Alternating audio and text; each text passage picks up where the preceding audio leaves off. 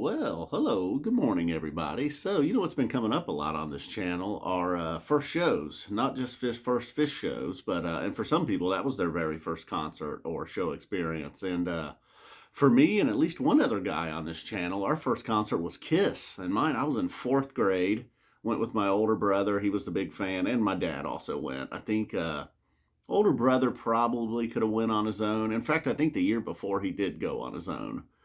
And then the next year, I guess to make up for it, for letting me go to Kiss when I was like 8 years old, I had to go to Gordon Lightfoot with my dad, which turned out to be all right. My mom bailed at the last moment. She was like, I hear this guy all the time in the car, at home. I don't want to go see him in concert. So I ended up going there. Not the first times I would see those bands either. Saw Kiss a few more times. Maybe a little more ashamed of that than I am that first show I saw. And then Gordon Lightfoot, saw him one more time. Rest in peace. Recently lost Gordo, I believe, in the last year. And then, Mike Gordon teases Gordon Lightfoot every now and then. It'll show its face in Bathtub Gin. You have to look that up to get the exact dates, but sometimes more clear than others. I think one time Trey and Mike were essentially playing Sundown. That was the Gordon Lightfoot song, anyhow. And then, actually, but then when I was thinking of the Kiss thing, the very first band I saw was not Kiss. They were the featured band that night. They had an opening act, and the opening act was Little Caesar. You most likely do not remember Little Caesar. In fact, over the years, I've had to look up Little Caesar. I've always remembered the name. I mean, they made an impression on an 8-year-old F-Zappa 20. Dude comes out, I'm assuming Little Caesar was the front man. He was the name of the band, kind of like Phish is Fishman, but in this case, he was the front man. Comes out wearing only a pair of cut-off, stonewashed jean shorts. No shoes, no socks, no shirt. Basically, he was all business. And they had a hit. They had one hit. They probably played, maybe, I don't know, 5 songs was kind of the regular for a show like that back then.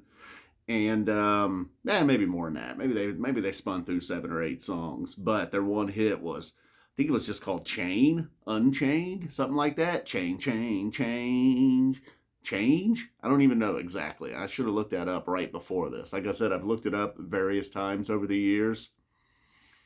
I don't know if I've ever looked up any live footage from them. That was at Hara Arena, so I've went pretty long here just for my first band.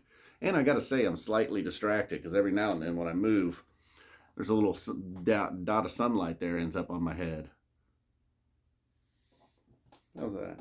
And then my third show ever, oh man, I got them written down over there. Maybe let's go back to the home base. I don't know what I was thinking here with this angle. I think I wanted to keep an eye on the kitty and keep an eye on this kitty. If a kitty comes in the door, got my back covered. Got the other kitty over here. Give you a little kitty cam before we look at that. Yep.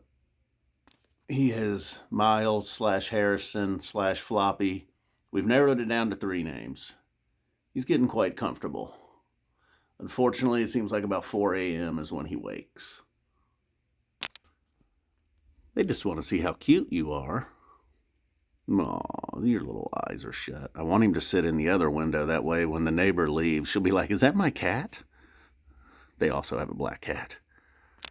Okay, so I think we're back at a more normal position here. And I think after those first handful of shows, maybe Gordon Lightfoot twice, Kiss twice, possibly even 3 times, feel like, I think it might have just been twice though, because I can only remember 2. There was the show when I saw the boobs and I went to the bathroom by myself, that being the first one. And I said 8 years old in 4th grade, probably not right. I know I was supposed to be moving on from this, but still thinking about this. And then the second one was when I went without my dad, but I still was a little scared because I was young. I kind of felt like my brother wasn't really going to care. He was just going to do his thing. And that moment I had the first time when don't ask me why my dad let me go to the bathroom by myself. It was a different time, I guess, Anyways, let's move on from that. So I saw Kiss a couple times, saw Gordon Lightfoot a couple times. That was probably in between ages, we'll say, somewhere around 8, 9, 10, 12, somewhere in that range. And then I feel like there was a little bit of a gap until it was like time to get your driver's license. I don't recall going to any shows like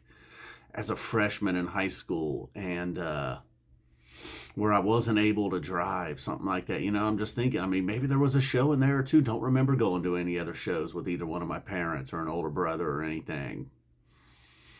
if I did, it wasn't very memorable at all. So it's very possible that I could have just kind of like somehow drifted off into some other total life where music was not a part of it. Okay, so then I guess it probably was somewhere around, 16 years old or so. Seemed like me and my group of friends, we all turned 16, got our driver's license around the same time.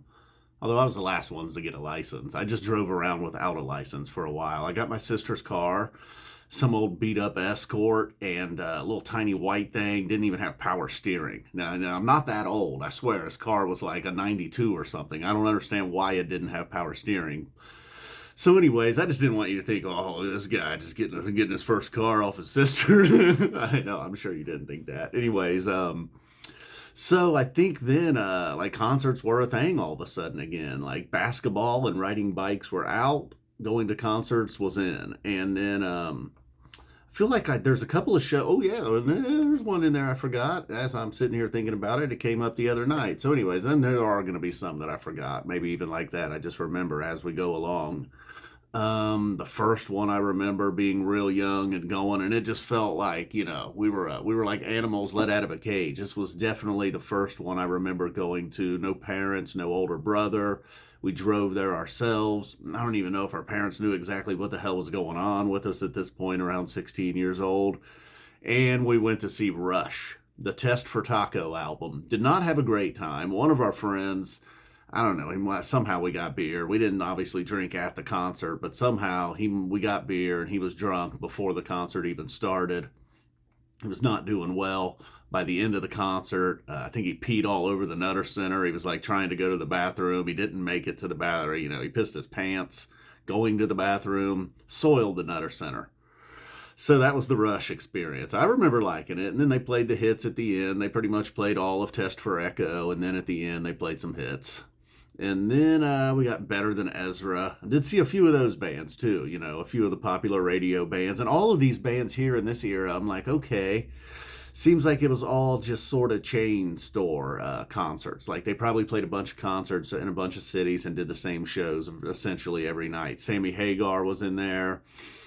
What was, The Who without Keith Moon, saw Robbie Krieger. I swear I think it was Krieger and Densmore, which is not the Doors, obviously. Then I saw Creed in their hot moment somehow. I don't understand. The Sammy Hagar was actually a free show in Dayton. I don't remember what the deal was with that. And I saw the Chili Peppers and the Foo Fighters on like a twin bill. The Foo Fighters were just starting and they were much better. The Chili Peppers were actually very disappointing at the Nutter Center. This might have been around, I don't know, I don't even remember the year, but it just seemed like Flea all night long was making Backstreet Boys jokes. Like they didn't have much time on stage because it was kind of a split. I mean, they were the featured band, but it seemed like the Foo Fighters played a lot longer than just your typical opening act back then. And just a lot of wasted time. The sound was really bad. I remember like you could not understand a vocal for anything, at least where we were. So that was the Chili Peppers. One and only time I saw the Chili Peppers. Have not been back to see the Foo Fighters, surprisingly, but did have a great time. Then saw Black Sabbath a couple of times. One time with Bill Ward, and I think it was maybe the last time Bill Ward ever had it together. And Ozzy as well, Then I saw by, maybe a year later, the following summer, no more Bill Ward. I don't know who was on drums that night. Saw Ozzy himself also. Saw Aerosmith.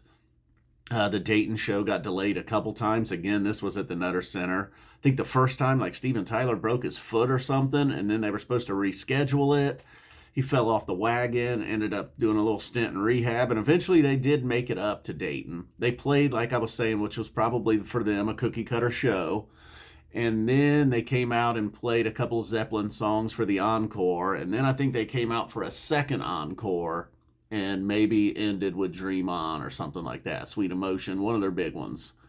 So they did make it up to us a little bit. I don't know if it was common. I know Train Kept a Rollin', they played quite often, I'm sure, obviously. Although, was that a Zeppelin song? No, it was kind of, Jimmy Page played that one a lot though, right?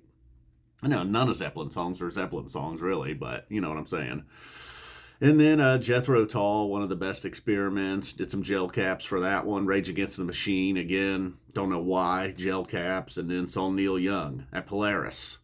My first time at Polaris. The next time I was at Polaris was for the Phish. Probably sometime right around this era too. Not quite a fan yet though. Didn't really go full into I didn't really leave the the chain store concerts until the very first Bonnaroo. That was, maybe I was a little late. I did see Dave Matthews Band at some point pre Bonnaroo. I did see Phish a couple times pre Bonnaroo, but still didn't necessarily love the shows. Didn't really love Phish until '03 Cincinnati. And then it was like, whoa. And I guess as I sit here and think about it a little bit, I can't believe this, but I did see Trey there. Trey wasn't until the last night, so. But the first band I remember, the first night at Bonnaroo closing that blew me away, I'm reluctant to say this, but was Widespread Panic. That was the first time I saw a show, and I was just like, and I didn't even really know who they were or what the deal was. I had heard of them, but I was a little bit kind of like, what's up with this? Widespread Panic getting 2 nights. It was near the end for Hauser, but it just blew me away. They're like a band doing 2 nights in a row, 2 totally different shows, kind of an introduction to some improvising and jamming. Also got that from the Frog Brigade that weekend. Like I said, I saw Trey end it.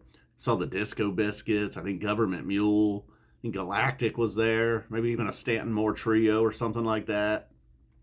So I saw a lot of cool bands that weekend. And then by the time Phish was back in '03, I was ready to rock. And then it was just a lot of Phish. Maybe I did at some point, maybe in 2008 or 9, 7. Saw some Trey in there, of course. Went to see Galactic again. Never got back to see the Disco Biscuits. Saw Panic in there. And then more modern times, we're on to like Billy Strings. Got some King Gizzard tickets in hand. Well, not really. Nobody has tickets in hand anymore. And then more Phish. I've not been back to a festival either. While Bonnaroo was a good experience, it was also kind of a bad experience. And then 2017 New Orleans was also a bit of a game changer.